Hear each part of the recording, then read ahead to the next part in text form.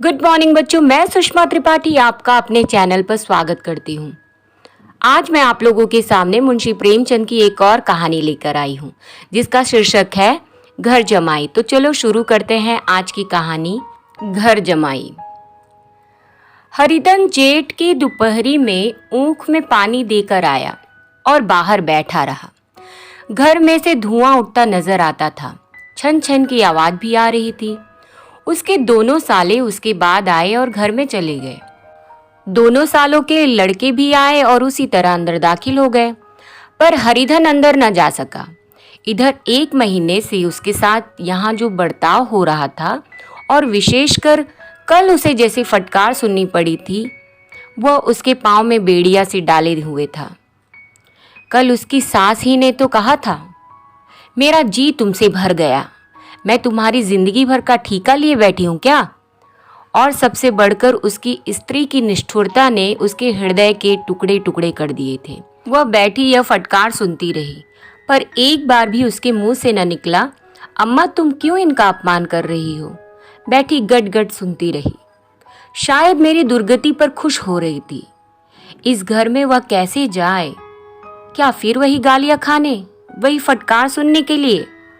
और आज इस घर में जीवन के 10 साल गुजर जाने पर यह हाल हो रहा है। मैं किसी से कम काम करता हूँ? दोनों साले मीठी नींद सो रहते हैं और मैं बैलों का सानी पानी देता हूँ, छांटी काटता हूँ। वहाँ सब लोग पल पल पर चिलम पीते हैं, मैं आंखें बंद किए अपने काम में लगा रहता हूँ। संध्या समय घर वाले गाने बजाने चले जाते हैं, मैं घड़ी रात तक गाय भैंसे दूहता रहता हूँ। उसका यह पुरस्कार मिल रहा है कि कोई खाने को भी नहीं पूछता, उल्टी गालियां मिलती हैं। उसकी स्त्री घर में से डोल लेकर निकली और बोली, जरा इसे कुएं से खींच लो, एक बूंद पानी नहीं है। हरिधन ने डोल लिया और कुएं से पानी भर लाया।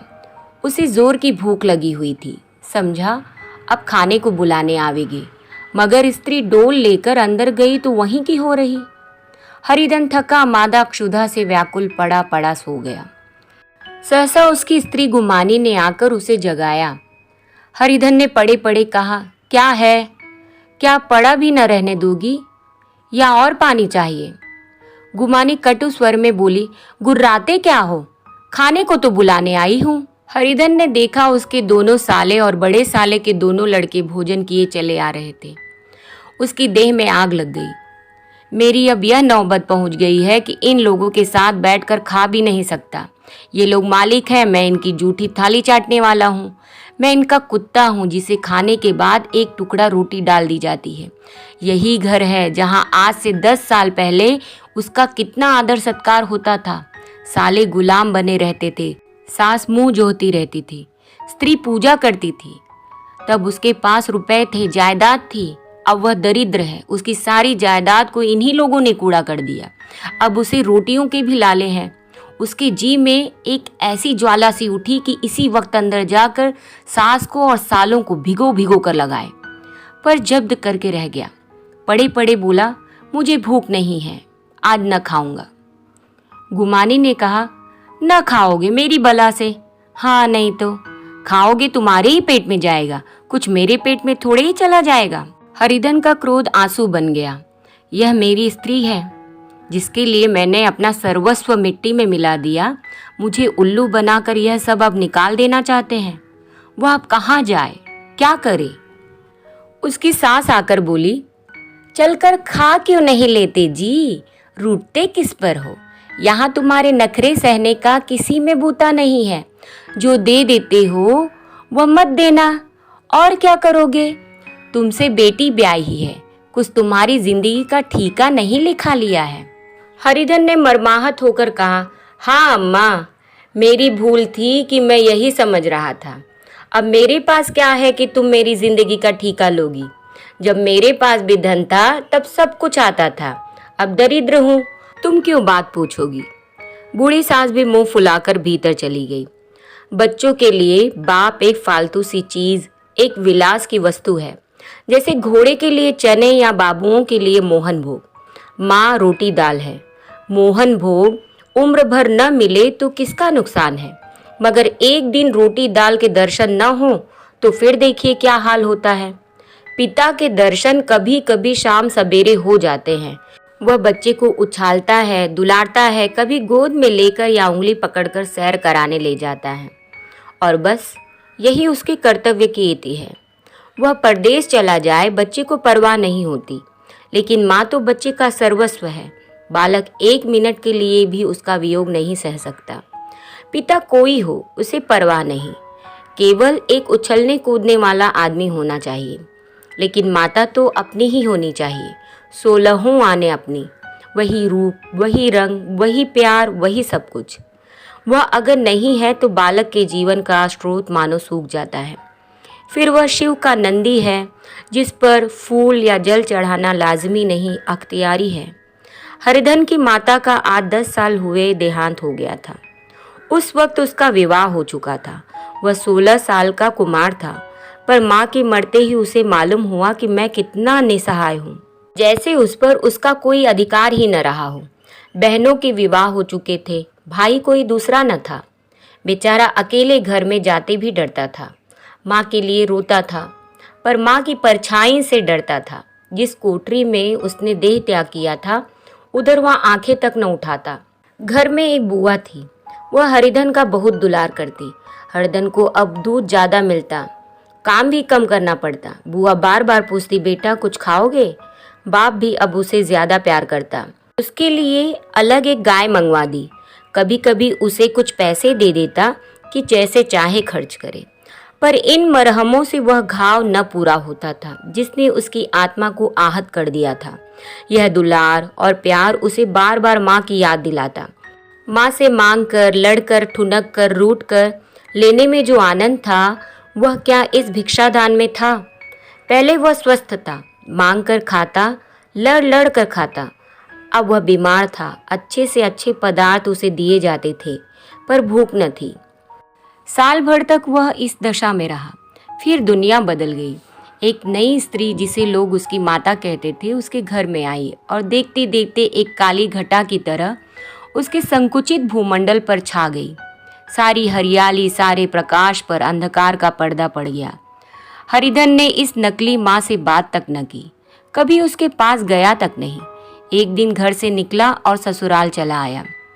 बाप ने बार बार बुलाया, पर उनके जीते जी वह उस घर में न गया। जिस दिन उसके पिता के देहांत की सूचना मिली, उसे एक प्रकार का ईर्ष्यामय हर्ष हुआ। उसकी आंखों से आंसू की एक बूंद भी न आई। इस नए संसार में आकर हरिधन को एक बार फिर मातृ स्नेह का आनंद मिला। उसकी सास ने ऋषि वरदान की भांति उसके शून्य जीवन को विभूतियों से परिपूर्ण कर दिया। मरुभूमि में हरियाली उत्पन्न हो गई। सालियों की चुहल में, सास के स्नेह में, सालों के वाक विलास में और स्त्री के प्रेम में उसके जीवन की सारी आकांक्षाएं पूरी हो गई। सास कहती, बेटा तुम इस घर को अपना ही समझो, तुम ही मेरी आंखों के तारे हो। वह उससे अपने लड़कों की, बहुओं की शिकायत करती। वह दिल में समझता था, सास जी मुझे अपने बेटों से भी ज़्यादा चाहती हैं। बाप के मरते ही वह घर गया और अपने हिस्से की जायदाद को कूड़ा करके रुपयों की थैली लिए हुए आ गया। अब उसका दूना आदर सत्कार होने लगा। उसने अपनी सारी संपत्ति सास के चरणों पर अर्पण करके अपने जीवन को सार्थक कर दिया। अब तक उसे कभी कभी घर की याद आ जाती थी, अब भूल कर भी उसकी याद न आती, मानो वह उसके जीवन का कोई भीषण कांड था जिसे भूल जाना ही उसके लिए अच्छा था। वह सबसे पहले उठता, सबसे ज्यादा काम करता। उसका मनोयोग, उसका परिश्रम देखकर गांव के लोग दांतों तले उंगली दबाते थे। उसके ससुर का भाग बखानते, जिसे ऐसा दामाद मिल गया। लेकिन ज्यों-ज्यों दिन गुजरते गए, उसका मान सम्मान घटता गया। पहले देवता, फिर घर का आदमी, अंत में घर का दास हो गया। रोटियों में भी बाधा पड़ गई, अपमान होने लगा। अगर घर के लोग भूखों मरते और उसके साथ उसे भी मरना पड़ता तो उसे जरा भी शिकायत न होती। लेकिन जब देखता और लोग मूंछों में ताव दे रहे हैं, केवल मैं ही दूध की मक्खी बना दिया गया हूँ, तो उसके अंतःस्थल से एक लंबी ठंडी आह निकल आती। अभी उसकी उम्र 25 ही साल की तो थी। इतनी उम्र इस घर में कैसे गुजरेगी? और तो और उसकी स्त्री ने भी आंखें फेर ली। यह उस विपत्ति का सबसे क्रूर दृश्य था। हरिधन तो उधर भूखा प्यासा चिंता दाह में जल रहा था। इधर घर में सास जी और दोनों सालों में बात हो रही थी। गुमानी भी हाँ में हाँ मिलाती जाती थी। बड़े साले ने कहा, हम लोगों की बराबरी करते हैं, यह नहीं समझते कि किसी ने उनकी जिंदगी भर का बीड़ा थोड़े ही लिया है। 10 साल हो गए, इतने दिनों में क्या 2-3 हजार न हड़प गए होंगे। छोटे साले बोले, मजूर हो तो आदमी घुड़के भी डांटे भी, अब इनसे कोई क्या कहे, न जाने इनसे कभी पिंड छूटेगा भी या नहीं। अपने दिल में समझते होंगे मैंने 2000 रुपए नहीं दिए, यह नहीं समझते कि उनके 2000 कब के उड़ चुके। 1.25 सेर तो 1 जून को चाहिए। सास ने गंभीर भाव से कहा, बड़ी भारी खुराक है। गुमानी माता के सिर से जूं निकाल रही थी। तो लगते हृदय से बोली, निकम्मे आदमी को खाने के सिवा और काम ही क्या सूझता है। बड़े, खाने की कोई बात नहीं, जिसकी जितनी भूख हो उतना खाए, लेकिन कुछ पैदा भी तो करना चाहिए। यह नहीं समझते कि पहुनई में किसी के दिन कटे हैं। छोटे, मैं तो एक दिन कह दूंगा, अब अपनी राह लीजिए, आपका कर्जा नहीं खाया है। गुमानी घर वालों की ऐसी ऐसी बातें सुनकर अपने पति से द्वेष करने लगी थी। अगर वह बाहर से 4 पैसे लाता तो इस घर में उसका कितना सम्मान होता, वह भी रानी बनकर रहती। न जाने क्यों कहीं बाहर जाकर कमाते उसकी नानी मरती है। गुमानी की मनोवृत्तियां अभी तक बिल्कुल बालपन की सी थी। उसका अपना कोई घर न था। उसी घर का हित अहित उसके लिए भी प्रधान था। वह भी उन्हीं शब्दों में विचार करती, इस समस्या को उन्हीं आंखों से देखती थी जैसे उसके घर वाले देखते थे। सच तो 2000 में क्या किसी को मोल ले लेंगे। 10 साल में 2000 होते ही क्या है। 200 ही तो साल भर के हुए। क्या 2 आदमी साल भर में 200 भी न खाएंगे। फिर कपड़े लत्ते दूध घी सभी कुछ तो है। 10 साल हो गए, एक पीतल का छल्ला नहीं बना। घर से निकलते तो जैसे इनके प्राण निकलते हैं। जानते हैं जैसे पहले पूजा होती थी वैसे ही जन्म भर होती रहेगी। यह नहीं सोचते कि पहले और बात थी, अब और बात है। बहू तो पहले ससुराल जाती है तो उसका कितना महात्म होता है। उसके डोली से उतरते ही बाजे बजते हैं। गांव मोहल्ले की औरतें उसका मुंह देखने आती हैं और रुपए देती हैं। महीनों उसे घर भर से अच्छा खाने को मिलता है, अच्छा पहनने को। कोई काम नहीं लिया जाता, लेकिन 6 महीने के बाद कोई उसकी बात भी नहीं पूछता। वह घर भर की दासी हो जाती है। उनके घर में मेरी भी तो यही गति होती। फिर काहे का रोना। जो यह कहो कि मैं तो काम करता हूँ तो तुम्हारी भूल है, मजूरी की और बात है। उसे आदमी डांटता भी है, मारता भी है, जब चाहता है रखता है, जब चाहता है निकाल देता है, कस कर काम लेता है। यह नहीं कि जब जी में आया कुछ काम किया, जब जी में आया पढ़कर सो रहे। हरिधन अभी पड़ा अंदर ही अंदर सुलग रहा था कि दोनों साले बाहर आए और बड़े साहब बोले, भैया उठो, तीसरा पहर ढल गया, कब तक सोते रहोगे, सारा खेत पड़ा हुआ है। हरिधन चट उठ बैठा और तीव्र स्वर में बोला, क्या तुम लोगों ने मुझे उल्लू समझ लिया है। दोनों साले हक्का बक्का हो गए। जिस आदमी ने कभी जबान नहीं खोली, हमेशा गुलामों की तरह हाथ बांध हाजिर रहा, वह आज एकाएक इतना आत्माभिमानी हो जाए, यह उनको चौंका देने के लिए काफी था। कुछ जवाब न सूझा। हरिधन ने देखा इन दोनों के कदम उखड़ गए हैं, तो एक धक्का और देने की प्रबल इच्छा को रोक न सका। उसी ढंग से बोला, मेरी भी आंखें हैं, अंधा नहीं हूँ, न बहरा ही हूँ। छाती फाड़कर काम करूं और उस पर भी कुत्ता समझा जाऊं, ऐसे गधे और कहीं होंगे। अब बड़े साले भी गर्म पड़े, तुम्हें किसी ने यहाँ बांध तो नहीं रखा है। अब की हरधन लाजवाब हुआ, कोई बात न सूझी। बड़े ने फिर उसी ढंग से कहा, अगर तुम यह चाहो कि जन्म भर पाहुने बने रहो और तुम्हारा वैसा ही आदर सत्कार होता रहे तो यह हमारे वश की बात नहीं। हरिधन ने आंखें निकाल कर कहा, क्या मैं तुम लोगों से कम काम करता हूँ। बड़े, यह कौन कहता है। हरिधन, तो तुम्हारे घर की नीति है कि जो सबसे ज्यादा काम करे वही भूखों मारा जाए। बड़े, तुम खुद खाने नहीं गए, क्या कोई तुम्हारे मुंह में कौर डाल देता। हरिधन ने होठ चबाकर कहा, मैं खुद खाने नहीं गया, कहते तुम्हें लाज नहीं आती। नहीं आई थी बहन तुम्हें बुलाने। छोटे साले ने कहा, अम्मा भी तो आई थी, तुमने कह दिया मुझे भूख नहीं है, तो क्या करती। सास भीतर से लपकी चली आ रही थी। यह बात सुनकर बोली, कितना कहकर हार गई, कोई उठे न तो मैं क्या करूं।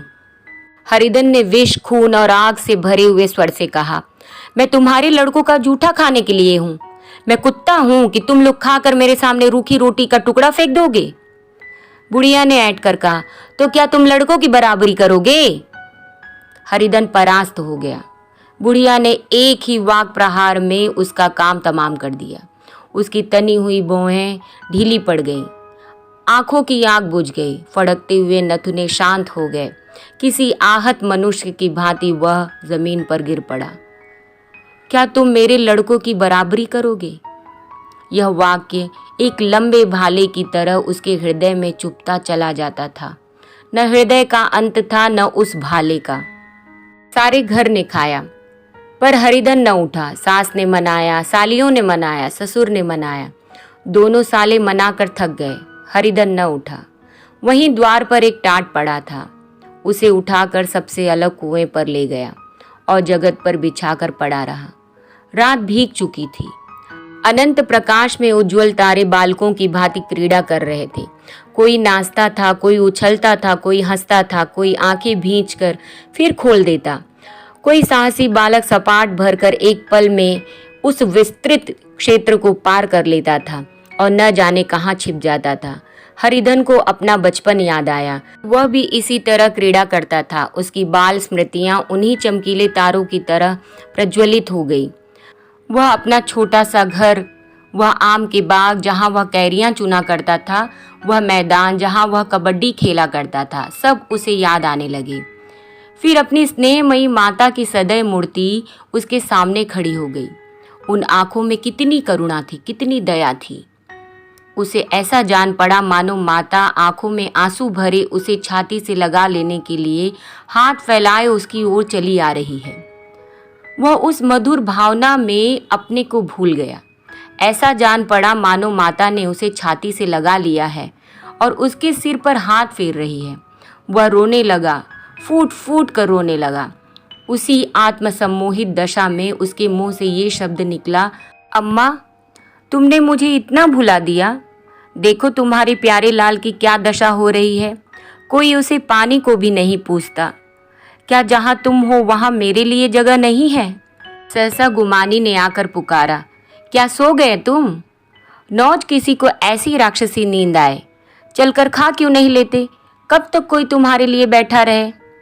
हरिधन उस कल्पना जगत से क्रूर प्रत्यक्ष में आ गया। वहीं कुएं की जगत थी, वही फटा हुआ टाट, और गुमानी सामने खड़ी कह रही थी, कब तक कोई तुम्हारे लिए बैठा रहे। हरिधन उठ बैठा और मानो तलवार म्यान से निकाल कर बोला, भला तुम्हें मेरी सुध तो आई। मैंने तो कह दिया था मुझे भूख नहीं है। गुमानी, तो कै दिन न खाओगे। अब इस घर का पानी भी न पीऊंगा। तुझे मेरे साथ चलना है या नहीं। दृढ़ संकल्प से भरे हुए इन शब्दों को सुनकर गुमानी सहम उठी। बोली, कहाँ जा रहे हो। हरिधन ने मानो नशे में कहा, तुझे इससे क्या मतलब, मेरे साथ चलेगी या नहीं। फिर पीछे से न कहना मुझसे कहा नहीं। गुमानी आपत्ति के भाव से बोली, तुम बताते क्यों नहीं कहाँ जा रहे हो। तू मेरे साथ चलेगी या नहीं। जब तक तुम बता नहीं दोगे मैं नहीं जाऊंगी। तो मालूम हो गया तू नहीं जाना चाहती। मुझे इतना ही पूछना था, नहीं अब तक मैं आधी दूर निकल गया होता। यह कहकर उठा और अपने घर की ओर चला। गुमानी पुकारती रही, सुन लो, पर उसने पीछे फिरकर भी न देखा। 30 मील की मंजिल हरिधन ने 5 घंटों में तय कर ली। जब वह अपने गांव की अमराइयों के सामने पहुंचा तो उसकी मातृ भावना उषा की सुनहरी गोद में खेल रही थी। उन वृक्षों को देखकर उसका विह्वल हृदय नाचने लगा। मंदिर का वह सुनहरा कलश देखकर वह इस तरह दौड़ा मानो एक छलांग में उसके ऊपर जा पहुंचेगा। वह वेग में दौड़ा जा रहा था मानो उसकी माता गोद फैलाए उसे बुला रही हो। जब वह आमों के बाग में पहुंचा, जहां डालियों पर बैठकर वह हाथी की सवारी का आनंद पाता था, जहां की कच्ची बैरों और लिसोड़ों में एक स्वर्गीय स्वाद था, तो वह बैठ गया और भूमि पर सिर झुकाकर रोने लगा, मानो अपनी माता को अपनी विपत्ति कथा सुना रहा हो। की वायु में, वहां के प्रकाश में मानो उसकी विराट रूपिणी माता व्याप्त हो रही थी। वहां की अंगुल अंगुल भूमि माता के पद चिन्हों से पवित्र थी। माता के स्नेह में डूबे हुए शब्द अभी तक मानो आकाश में गूंज रहे थे। इस वायु और इस आकाश में न जाने कौन सी संजीवनी थी जिसने उसके शोकार्त हृदय को बालोत्साह से भर दिया। वह एक पेड़ पर चढ़ गया और उधर से आम तोड़ तोड़ कर खाने लगा। सास के वह कठोर शब्द, स्त्री का वह निष्ठुर आघात, वह सारा अपमान वह भूल गया। उसके पांव फूल गए थे, तलुओं में जलन हो रही थी, पर इस आनंद में उसे किसी बात का ध्यान न था। सहसा रखवाले ने पुकारा, वह कौन ऊपर चढ़ा है रे? उतर अभी, नहीं तो ऐसा पत्थर खींचकर मारूंगा कि वहीं ठंडे हो जाओगे।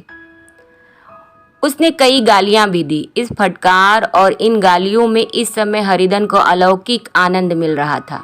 वह डालियों में छिप गया, कई आम काट काट कर नीचे गिराए और जोर से ठट्टा मारकर हंसा। ऐसी उल्लास से भरी हुई हंसी उसने बहुत दिन से न हंसी थी। रखवाले को वह हंसी परिचित सी मालूम हुई, मगर हरिधन यहाँ कहाँ? वह तो ससुराल की रोटियां तोड़ रहा है। कैसा हंसोड़ा था, कितना चिबिल्ला, न जाने बेचारे का क्या हाल हुआ। पेड़ की डाल से तालाब में कूद पड़ता था। अब गांव में ऐसा कौन है? डांट कर बोला, वहां बैठे बैठे हंसोगे तो आकर सारी हंसी निकाल दूंगा, नहीं सीधे से उतर आओ। वह गालियां देने जा रहा था कि एक गुटली आकर उसके सिर पर लगी। सिर सहलाता हुआ बोला, यह कौन शैतान है? नहीं मानता? ठहर तो, मैं अभी आकर तेरी खबर लेता हूँ। उसने अपनी लकड़ी नीचे रख दी और बंदरों की तरह चटपट ऊपर चढ़ गया। देखा तो हरिधन बैठा मुस्कुरा रहा है। चकित होकर बोला, अरे हरिधन, तुम यहाँ कब आए? इस पेड़ पर कब से बैठे हो? दोनों बचपन सखा वहीं गले मिले। यहाँ कब आए? चलो घर चलो भले आदमी, क्या वहाँ आम भी मयस्सर न होते थे?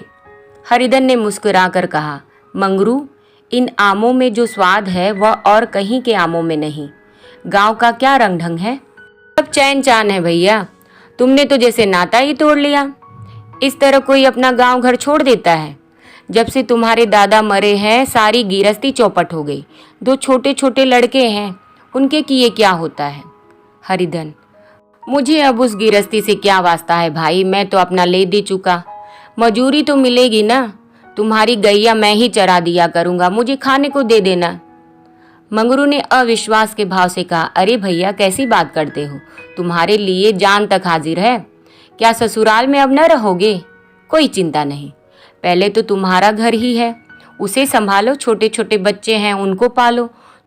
तुम नई अम्मा से नाहक डरते थे, बड़ी सीधी है बेचारी, बस अपनी माँ ही समझो, तुम्हें पाकर तो निहाल हो जाएगी। अच्छा, घरवाली को भी तो लाओगे? हरिधन, उसका अब मुंह न देखूंगा, मेरे लिए वह मर गई। मंगरू, तो दूसरी सगाई हो जाएगी। अब की ऐसी मेहरिया ला दूंगा कि उसके पैर धो धो कर पियोगे, लेकिन कहीं पहले भी आ गई तो? हरिधन, वह ना आएगी। हरिधन अपने घर पहुंचा तो दोनों भाई भैया आए कहकर भीतर दौड़ पड़े और माँ को खबर दी। उस घर में कदम रखते ही हरिधन को ऐसी शांति महिमा का अनुभव हुआ मानो वह अपनी माँ की गोद में बैठा हुआ है। इतने दिनों ठोकरें खाने से उसका हृदय कोमल हो गया था। जहाँ पहले अभिमान था, आग्रह था, हेकड़ी थी, वहाँ अब निराशा थी, पराजय थी और याचना थी। बीमारी का जोर कम हो चला था, अब उस पर मामूली दवा भी असर कर सकती थी। किले की दीवारें छिद चुकी थी, अब उसमें घुस जाना असह्य न था। वही घर जिससे वह एक दिन विरक्त हो गया था, अब गोद फैलाए उसे आश्रय देने के लिए तैयार था। हरिधन का निरवलंबन मन यह आश्रय पाकर मानो तृप्त हो गया था। शाम को विमाता ने कहा, बेटा तुम घर आ गए, हमारे धन भाग, अब इन बच्चों को पालो। माँ का नाता न सही, बाप का नाता तो है ही। मुझे एक रोटी दे देना, खाकर एक कोने में पड़ी रहूंगी। तुम्हारी अम्मा से मेरा बहन का नाता है, उस नाते से भी तो तुम मेरे लड़के होते हो।